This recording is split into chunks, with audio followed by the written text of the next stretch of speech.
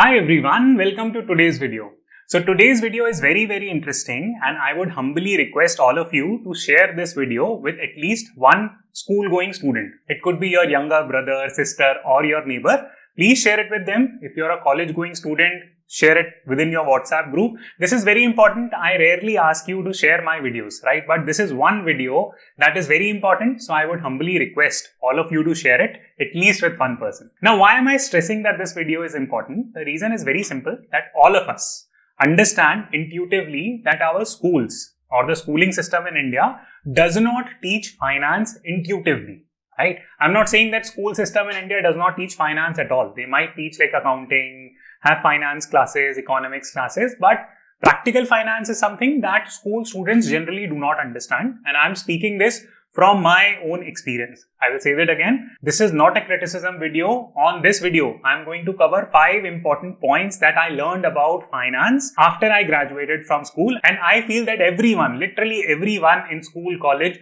should know these 5 basic finance concepts and finance lessons so as to improve their personal finance aspect and also secure their financial health. So let's get this video started, and let me start by asking you a question, that what are 3 specific things that our school system does not teach us about finance that impacts us. So according to me, number 1, they don't teach us much about tax management. Now please don't say that, hey, I'm a commerce student so I learn it. I'm just generally saying that out of 1,000 school going students, if you ask them that, hey, what do you know about taxes? Almost 700-800 might not know anything about taxes. Okay, that's one. Second point, our schools do not teach us about cash flow management, personal cash flow management. We would sit and analyze balance sheet, company balance sheet looks like this, that, all that is great. But how do you manage your own cash flow? How do you think about cash flow? That is something that our school does not teach us. Third and finally, our school does not teach us about risk management. For example, right from a young age, we have a fascination with things that are low risk. Why do you think that as Indians, we have fascination with putting our money in fixed deposits? We put our money in fixed deposit. We put our money in gold. We run after government jobs. Why is that? There is a more fundamental reason here, that we don't talk about risk management. We always look towards what? We look towards eliminating risk altogether. That pick up a job which is secure. There is no risk of losing the job. Your life will be set. Similarly, take engineering, because the risk is low. Because there are so many colleges that you can get admission into. But if you aim for something high and if you miss that, then what are you going to do with your life? So I hope that intuitively you would understand these points. Again, this is not a criticism. I am speaking practical stuff. Please understand that I'm not saying all these things from a negative perspective. So now you would say that, Akshat, okay, great, genius. Now you tell us what are 5 things that our schools should rather teach us. Now the first key thing that you must understand about financial education is that you must understand the summary of financial education. And this can be summed up in 6 key words. That's it. 6 key words. Now, this is a framework that has been proposed by Mr. Robert Kiyosaki. It's a very powerful framework. So, I will illustrate this to you, and please listen to this section very carefully. This will help you understand 50% of the finance. Okay. Now, here are 6 key words for you. Okay. So, let us draw something like this. Now, the 6 keywords are, the first keyword is that you have something called as income, right? All of us understand what income is. Then you have something called as expenses or expenditure. Then you have something called as assets, and you have something called as liability. Okay. And final 2 words are cash flows. Okay. Cash flows. Right. Now I will explain all these points very quickly. So essentially what happens is that we are taught that, hey, you graduate from school, get a job, right?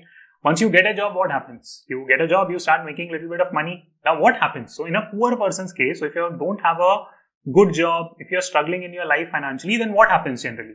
You would have heard the term eating hand to mouth, right? Or living hand to mouth. What does that hand to mouth means? It means that you're doing a job. A poor person does a job. Then they hit an income. They get like, let's say $100. Then all that money goes out in the form of expense. So this is what your life looks like. That you are earning 100 rupees a day. You're spending that same 100 rupees the same day and you're done, right? Next day you have to run again to earn that 100 rupees. Unfortunately, a lot of people in India live this way. Now, this is the cash flow pattern of poor people. Now, second, if we take a look at cash flow income of middle income people. So, what will happen here is that you will have a job, you will have an income, right?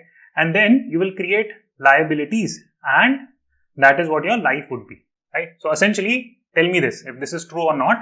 When middle class people get their first job, what is usually the first thing that they do? They will create an EMI, right? for a house. Your parents would say that, hey, go buy a house. They might be saying it from a very nice reason and nice angle. I'm not debating that. But the bottom line is that when you are paying an EMI for a house, it becomes a liability for you. Now, why am I saying it's a liability, not an asset? Because then you need to understand the definition of cash flows. Cash flow simply means that if there is something that puts money in your pocket, that's a positive cash flow. If there is something that is taking money from your pocket, it's a negative cash flow. So anything that generates positive cash flow is an asset, and anything that generates negative cash flow is a liability. This is Robert Kiyosaki's definition. I'm not making it up. This is what he has said. And I agree. This is not an accounting definition of asset liability. This is a personal finance class. So what kind of liabilities do middle income people develop? They will buy a house. They will buy a car. Again, you will have to pay EMI if you have bought it on a loan. Some people will buy a washing machine. Some people will buy a fridge on EMI. What is that doing? That is decreasing your cash flow. With me so far? Very, very important. Now you might say that, okay, Akshat, hey, great. Now talk about rich people. What do they do? What does their cash flow pattern look like? It looks very simple that they get a job or they are making a lot of money. What then they do is that they have an income, they save a lot of money or very little goes out in the form of expenses. Majority of the money hits here, right? For example, on my channel, I have said multiple times that I don't own a house, I own a commercial property. Now, what does this commercial property does? It puts money back into my pocket, right? It's generating a positive cash flow. I own digital businesses. What does that do? It puts money back into my pocket. It further increases my income. Do I have a house? No. Do I have a car? I do have a car, but a very basic car. Have I purchased that car on an EMI? The answer is no. So in summary, what am I trying to tell you? What I'm trying to tell you is that rich people own assets. Okay. Rich people own assets. Middle income people do what? They own a lot of liabilities. Therefore, they are never able to move from middle class to upper middle class. And poor people live hand to mouth. That money comes here and it flows out and goes like this. Second key point that you must remember from this section is cash flows. Cash flows lead to what? It leads to creation of assets and creation of liabilities. If you are putting your money in a house, if you are putting your money in a car, is it an asset or a liability? The answer is that it depends. For example, if I purchase a house and if I am putting it on rent, it is generating what? It is generating positive cash flows for me. Is it an asset or a liability? Asset. But if I am buying a house and if I am paying EMI on it, and if the rental income is less than the EMI, then it's a liability for me, right? Now, many middle class people, many middle class people, and you will agree, please comment below, what they do is that they will go buy a house from a builder. The builder does not give them possession. They end up paying EMI on that house. They don't even get possession of that house for years. They then fill out the court fee, another liability, and that is how they forever and ever stay in the middle class. So please do not make this mistake. These are 6 simple points. This was never explained to me in school. I'm explaining it to you. So hopefully this helps you understand the picture in a more holistic manner. Let's move on to the second point. The second key point that our school does not teach us is risk management, right? Or understanding risk. So there are these key finance rules about risk that please do not bet on things that you can't risk losing, right? That's the extreme right hand side of the equation, that don't bet on things that you can't afford to lose. Now, I've seen a lot of college kids, they write to me that, hey Akshat, you know what, I started doing FNO, intraday trading, and I took loan from a bank to do it and I lost all the money in that intraday trade. Please don't do it, right? So I talk about stock market, I talk about risk management, I talk about so many different financial concepts. This is a basic concept about risk management, that please don't make bets that you can't afford to lose, right? It is just madness. Please don't do that. Now, why do we make such bets? Because we have no understanding or concept of risk, right? An intuitive understanding of risk. For example, many of us do not buy health insurance, including me, right? I did not buy a term insurance, and here is a video on that despite being financially aware of a lot of things, this is a point that I understood so late in my life. Now, a big shout out to my friend Pawan, who runs Ditto. He's my friend. Of course, I'm going to talk about him on this video. Check his startup. It's a wonderful startup. It's called Ditto. You can go buy insurance from them by understanding things properly, understanding the risks properly. Go speak with them. It's free. It's a wonderful product. Therefore, I'm bringing that up on my channel. Please go and check them out. Schedule a phone call, speak with a real human being and understand your risk profile, what type of insurance you need to buy, etc., etc. Why? Because risk management, especially when it comes to your health, your death, these are such critical and important things that everyone in India should be aware of it. Our schools, unfortunately, do not teach this. Now, the third point that our schools usually don't teach us is that how to get rich. Now, this is a topic that schools do not talk about. We don't have a subject on it, and we have literally no understanding on how to become rich. All of us want to become rich. Tell me in the comment section if there is someone who does not want to become rich. I honestly urge you to type it down. There would be very small subsegment of people, like maybe out of 1 million, there will be like 500 people who might not want to become rich for some reason. But almost all of us want to become rich. We secretly admire rich people, but we never openly talk about that. That culture in India is not there. Because money is a taboo topic, right? We don't talk about growing your wealth or how to become rich in schools. It should be taught. I'm not putting radical ideas, but all of us want to become rich. We don't know how to even manage our money. We are taking advice from weird people about money. For example, your mutual fund agent might come to you. They might sell you some bad stuff. Your insurance agent might come to you, sell you a wrong insurance, and then you're stuck.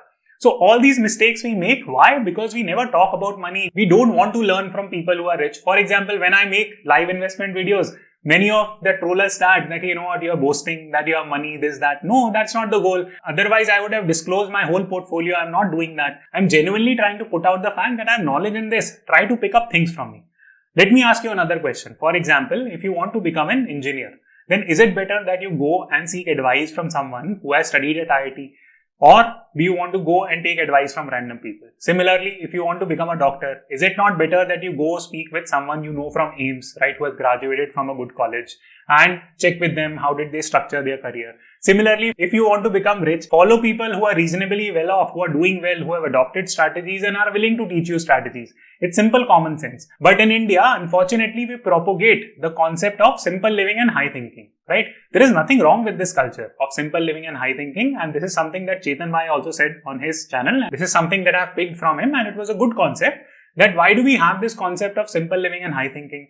Why? Because we don't want to talk about money. We don't know how to make money. If you look at the per capita income of India, it is lower than Bangladesh now. It is lower than Sri Lanka. Now, to justify all that, we say that, you know what? We live simply because we have high thinking. Now, tell me like one culture which will say that, hey, we don't have high thinking. Almost all the cultures have high thinking. Even your neighbor, they might be throwing garbage outside your house and their own house. Even they will think that they have high thinking. So everyone thinks that they have high thinking, but it acts as a defense mechanism. And we never end up having like conversations around it. Now, how does this hurt you? If you say that, hey, Akshat, you know what? I'm one of those people who does not want to become rich. Why should I even talk about all this stuff and take gyan from people who have built their business and all that? Let me explain you why. Because as a middle class Indian, you pay the highest amount of tax and you will continue forever and ever and ever, and even your generations will continue forever and ever to pay the highest amount of tax ever in India. Why? Because I've explained it here, and let me give you one or two more comments on this. For example, if I buy this pen, okay, if I have created an asset, so you remember the first point that I was talking about, if I created an asset, if I have a company registered, do you know I'll get GST rebate on this? Right? I can get 18% GST rebate on this. But can you, as a middle class Indian, if you go and buy this pen from an Apple store, do you think you will get a GST rebate? No, because you have not created an asset. Now, who teaches you that you should do this basic maneuvering, right? No one, right? Therefore, simple tip is that if you register a proprietorship under your name, and if you're making money from that proprietorship, you can even get GST claims. And do you know how much money do you end up losing in terms of GST on different products? You end up losing a lot of money, right? This is a practical tip. This will help you save a lot of money. Please implement this. I want all of you to become rich and live a happy life from that angle where you don't have to run from morning to evening just to earn some money, right? So that should not be the case. So you're making personal finance mistakes here, right? So it's very important for you to understand all these basic points. Second key example. Now, many a times people believe in really weird arguments that, hey, you need money to make money. True. Many a times that works, and that concept used to work in the past. It's not as if that now you need money to make money. There are a lot of things that you can bring to the table to make money. For example, if you have to start your own digital business, write down in the comment section how much money do you need to start your digital business. Now, depending on the business, just to start it, you would not need more than 8-10,000 rupees in total. Okay. Absolutely not more than 8-10,000 rupees. You can get the website done very easily. You can start writing on LinkedIn and divert traffic to it. So many different strategies that can be used. I can make a separate video on this if you want. But bottom line is that it's not as if that you need money to make money. There are a lot of things that you already have. For example, you know how to do hard work. You have strategic thinking skills. You have basic marketing skills. You might know coding. There are so many avenues that you can use to make money. But if you don't even know that you can convert your skills into money, You would never even think about starting a digital business. You will never even think about monetizing things around you. You would always expect that things like time are for free, right? So the bottom line is that the schools do not teach us about becoming rich. That's a taboo topic. We don't talk about that in classrooms. At least in my school, that never used to be the case. Just tell me if that was different in your school. And second point is that we lose track of intangible things. For example, we always assume that time is free, hard work is free, skills are free. Why do you think there is so much debate going on that internships should be paid or not? Internships should be paid, right? Plain and simple. Why? Because you are putting your time in as a college student. You are going there, doing some work. You should be paid in return. Why is this free culture there? Because we don't value intangible things. That's the reason why. Why don't we value intangible things? Because the school never taught us that. So I hope this point is clear. Now let me move on to fourth and fifth point very quickly. So the fourth point is that we have no concept of risk assessment, right? So analyzing the risk reward equation on things. For example, many of us just simply assume that, hey, debt is bad. That's the assumption that we have, that if we are in debt, it's always bad. All types of debt is bad. Now let me ask you a question. Do you think that rich people don't take debt? Donald Trump has not taken debt. Robert Kiyosaki has not taken debt. So they do take debt. Rich people do take debt. And they take debt for good purpose. For example, if they are looking to build a business, good, right? It improves your earning potential. Similarly, in your case and my case, if you are looking to do your higher education, then if you have taken on a debt, good debt. Why? Because it allows you to improve your earning potential massively. For example, if you are earning 10,000 rupees before your MBA, you do an MBA, and if your salary becomes 30, 40,000, it's a debt worth taking. But we end up taking debt on really bad stuff. For example, we will create EMIs on our phone, laptops. If we are getting some cashback, we'll go buy something. If we are getting something in discount, we'll unnecessarily spend money. So doing that risk-reward equation analysis is very important so that you can understand the difference between taking good debt for building more assets and taking debt to magnify your liabilities. So please understand this key point, super important. Final, in closing, the fifth point is that schools do not teach us how to stay rich. Of course, if you're not even having conversation on how to become rich, then of course we are not going to have conversation on how to stay rich. Now let me give you an example of how this hurts you. Now here is a picture of you. It is from one of the finance companies that reached out to me that, hey Akshat, run like a sponsorship campaign on your YouTube. We'll pay you a lot of money. I said no to it. Now, this is the reason why, right? That you can check from one of the, and I'll not name the company, it's pretty much pointless. But see, please take a look at this, right? Our loans range from 1,000 to 5 lakhs, right? And they are giving loans to whom? To middle class people, right? Payment period starts from 3 months to 36 months. We offer interest range from 12% to 60%. This is the annual interest that you will be paying, which you do not even understand. Okay. And this snapshot has actually been taken from one of the companies, right? I'm not kidding it. I'm not making this up. This is the type of dumb stuff that people end up doing when they start using too much credit cards and things like that. I'm not saying that all credit cards are bad, but this is a very frequent phenomenon, right? Because this company claims to be better than credit card companies, right? So you can imagine that credit card companies, one way or the other, will be making money from you. So please have this basic finance sense. If you don't understand how to be rich, you will not even probably stay in the middle class. You will somehow figure out a way, make so many financial mistakes that you will end up being poor, right? So please understand that no one in the world deserves to run from morning to evening, breaking their head, doing unnecessarily mindless work just to make some money and lose it because of poor financial education. So that was the goal of the video. In summary, please learn how to make money, understand the difference between assets and liabilities, understand risk. Please buy health insurance, term insurance. So important, right? Please understand it. If you don't do it, you will struggle in life. Third and finally, how to stay rich, right? So don't engage in like mindless spending. Save every penny. Use money as a leverage to save more time, enjoy it with your family, live a more fulfilling life. That is what the goal of financial education is according to me. I hope you enjoyed the video and do share it with your friends and give it a thumbs up.